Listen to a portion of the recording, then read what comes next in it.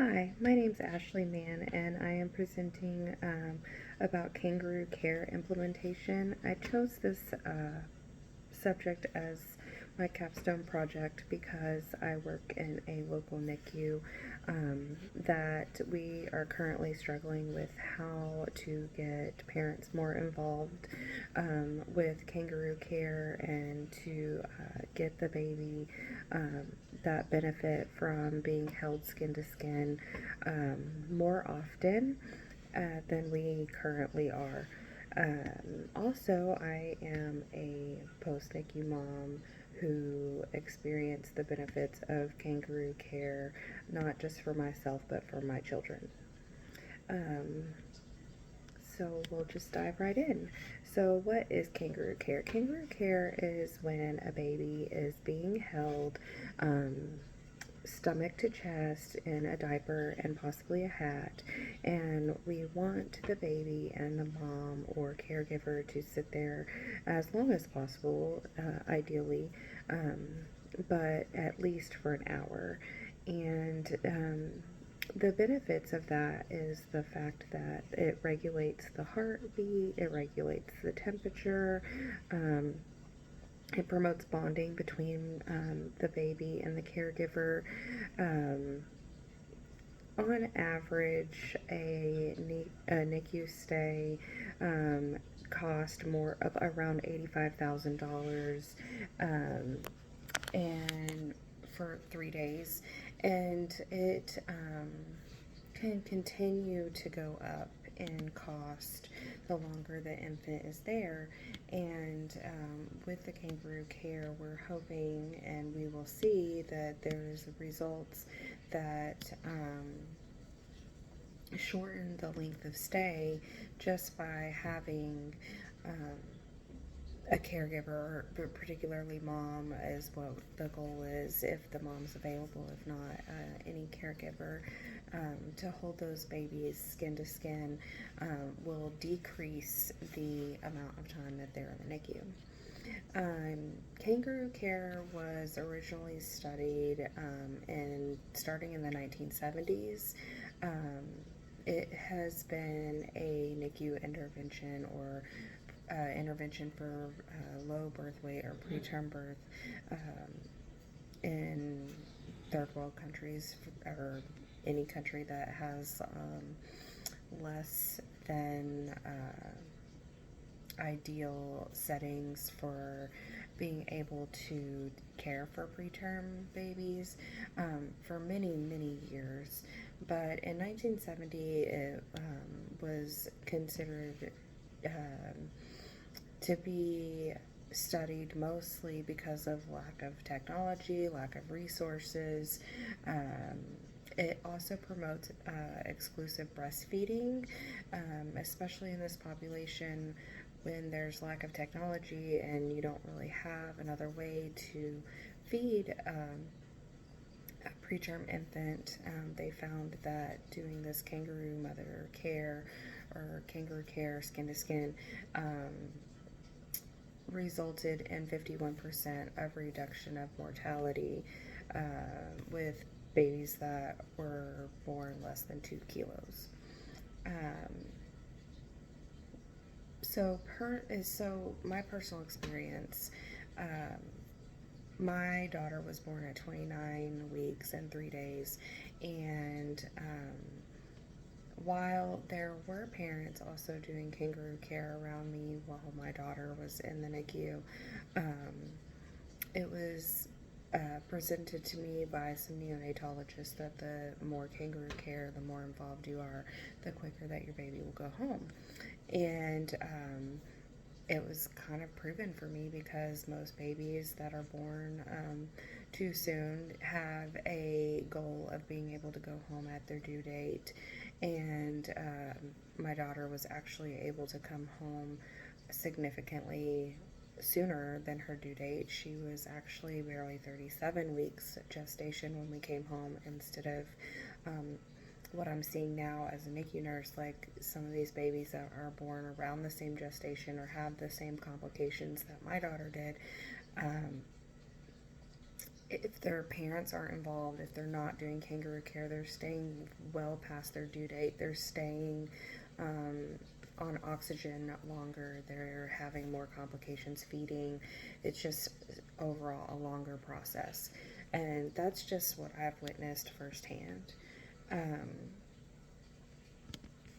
so, my rationale of implementing increased kangaroo care is mostly because I would love to see the best outcomes for these babies, right? And that I have witnessed with my own two eyes and in my personal experience, um, that babies grow best on mom or dad's chest.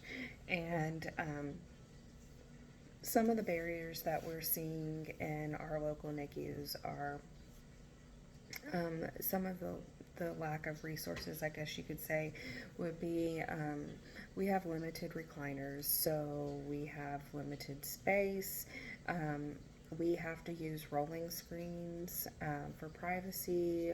Some other NICUs have like draw screens, which are a lot more convenient. But then you have a risk of infection because they don't get cleaned as often as one would say would be sufficient. Even though they are cleaned, they are washed, but not on a daily basis. So that material could harbor germs. But I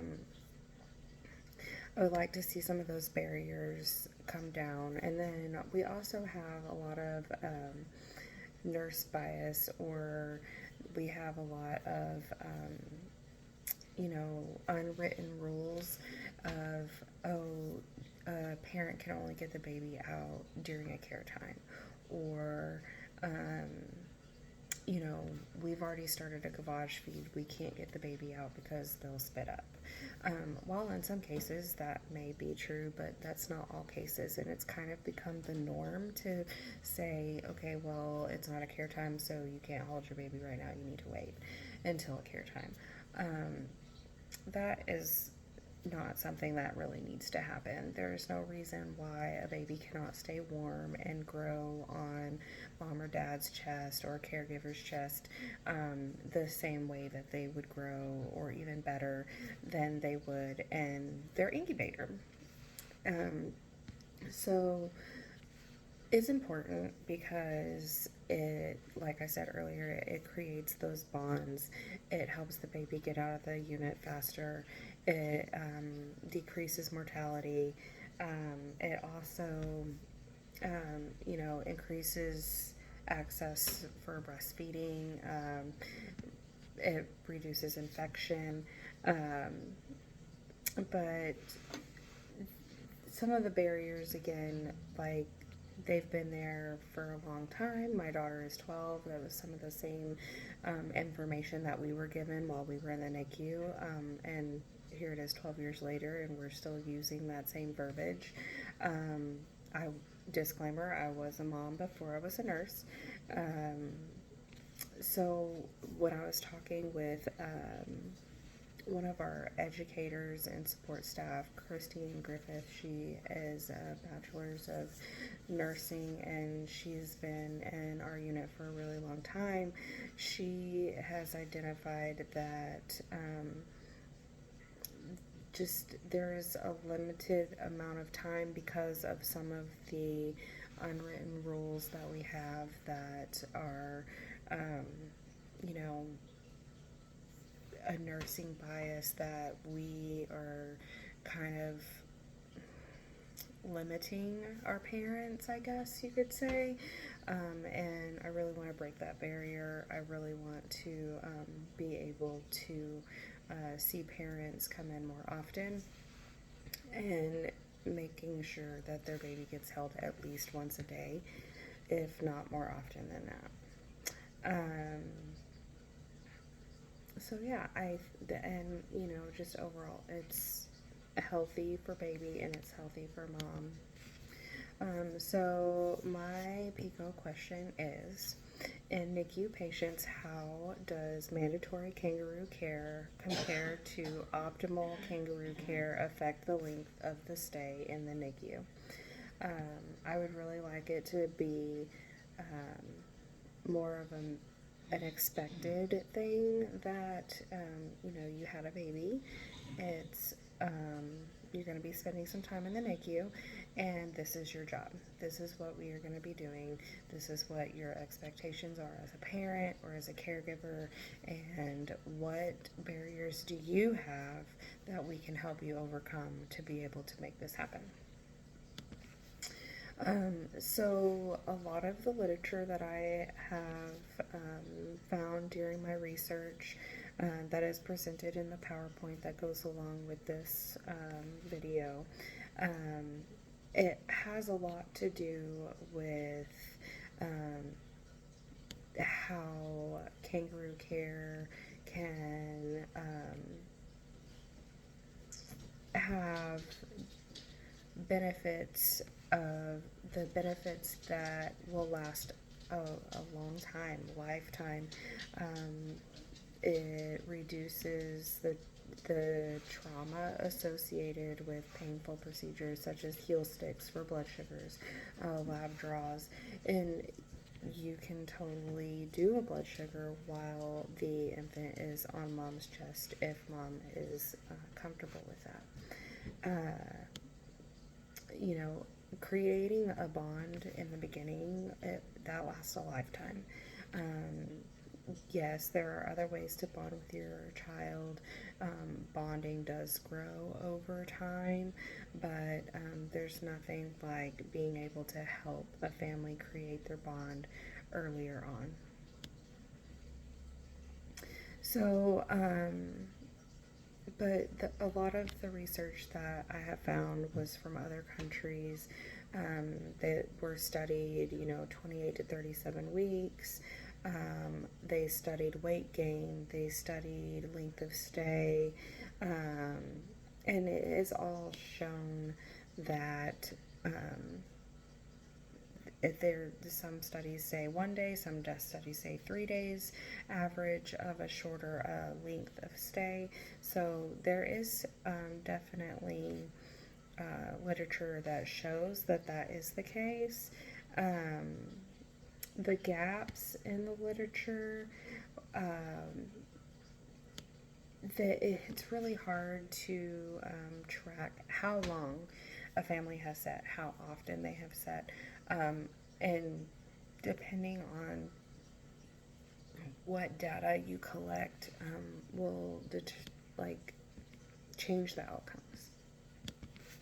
So my proposed plan is to get everyone involved. So not just the bedside nurse, but we want to start at the top. We want to start with the doctors. We want to start with the parents. We want to start with educators. We want to start providing all of this education for nursing students early on, and keep repeating it, right? So you have a new family that comes into the unit and you tell them about kangaroo care and why it's important, and you put the baby on their chest, and then the baby gets sick, or okay, then what do you do? So education is so important, and I would like to see an expectation set for the parents, like, hey, you're gonna, this is your job while you're here. This is what we need you to do. We've done a great job with promoting breast pumping. Breast milk is best for these infants. We have done an amazing job using donor milk. And the expectation that we set is that these moms are pumping every 2 to 3 hours for their baby. It is medicine. And that's the way that we need to look at kangaroo care also. It is medicine. It is vital that you're putting your baby's skin to skin at least once a day. And the longer the better, the more often the better. Orders need to be written. This, and in the beginning it may look like this baby can be kangarooed at any time. Or if the baby is too fragile to be kangarooed, what are the parameters? Where, at what point? And in the meantime, while that baby is unstable to come out of its bed, this is what we're expecting with encircle care. Encircle care is when you just hold pressure on the infant's head and legs or body, and just light, loving pressure. And it's not tapping, it's not rubbing, it's not stimulating, it's comfort, it's creating barriers for the infant that are much like the uterine wall. Um, it needs to be treated like a medical intervention, it needs to be treated like medicine. This is required. So that's what I want to see, like providing education from the top down, and then providing an expectation. So nursing educators, they can provide face-to-face education. We could do have CEs. I would love to see this project turned into a CE. We need, you know, information boards. We need a policy. We need orders. So that way we can get these families doing skin to skin care as much as possible. Not only in the NICU, but it needs to stem also from labor and delivery. It needs to stem from mother baby, because regardless, when the infant comes to the NICU, the mother still has to go over to mother baby. So all of the staff in labor and delivery, all of the staff in mother baby, they need to be educated on what the expectations are for our families that have infants in the NICU. So, how will we know that this works? We want to collect data, of course. Data collection is vital. I would love to see a button in Epic with our charting that says Kangaroo Care, when the mom did it, or when the dad did it, or whoever the participant was, how long they sat there, how often, like every time that they come, we need to be charting. And then take a set of all of the infants and compare, over a period of time, um, you know, gestation, kangaroo care occurrences, kangaroo care time, um, and then I would love to see parent surveys going out, bedside nursing surveys. Um, if your mother is not participating, can we find out why? Can we get social work involved to find out why? Why are they not here? What can we do? But I find that if we had a place in Epic that we could not only chart, but we could also pull the information from, that would be great. NICU Parent Network is a organization, a worldwide organization that is made up of parent support organizations by preemie parents or NICU parents or bereaved parents, and they are all part of this network, and the education can stem from there. I would love to be able to present this education to them at their summit, at their conferences, NAN, A1, getting CE credit hours. All of this would just help roll out this mandatory implementation of kangaroo care to benefit the babies and the moms and families.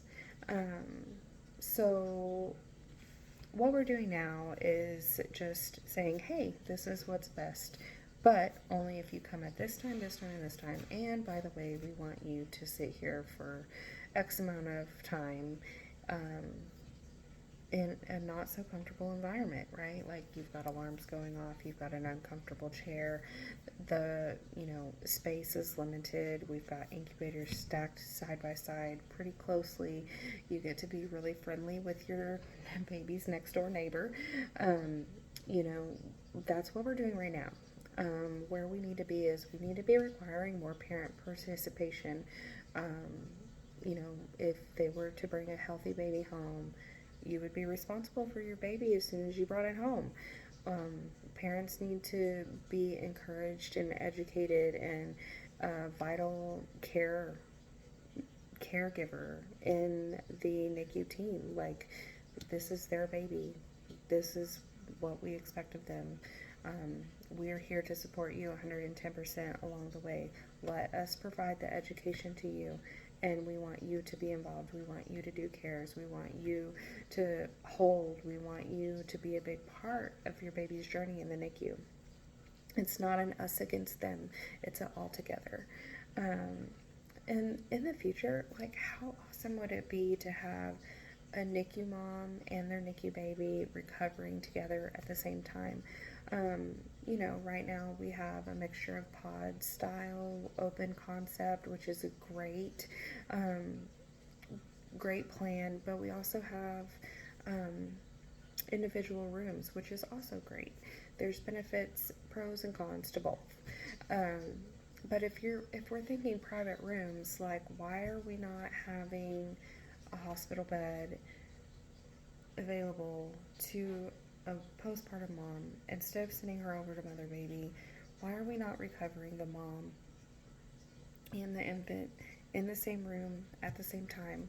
There doesn't need to be this parent-infant separation. That would be what I would think that the future should hold. Like, less separation, more togetherness. Having nurses to be able to take care of both mother and baby. But that's how I feel. That's what I have found in my studies and my firsthand knowledge. And baby grows best on mom or dad's chest. My references are all listed on my PowerPoint, and I hope you enjoyed my presentation. Thank you.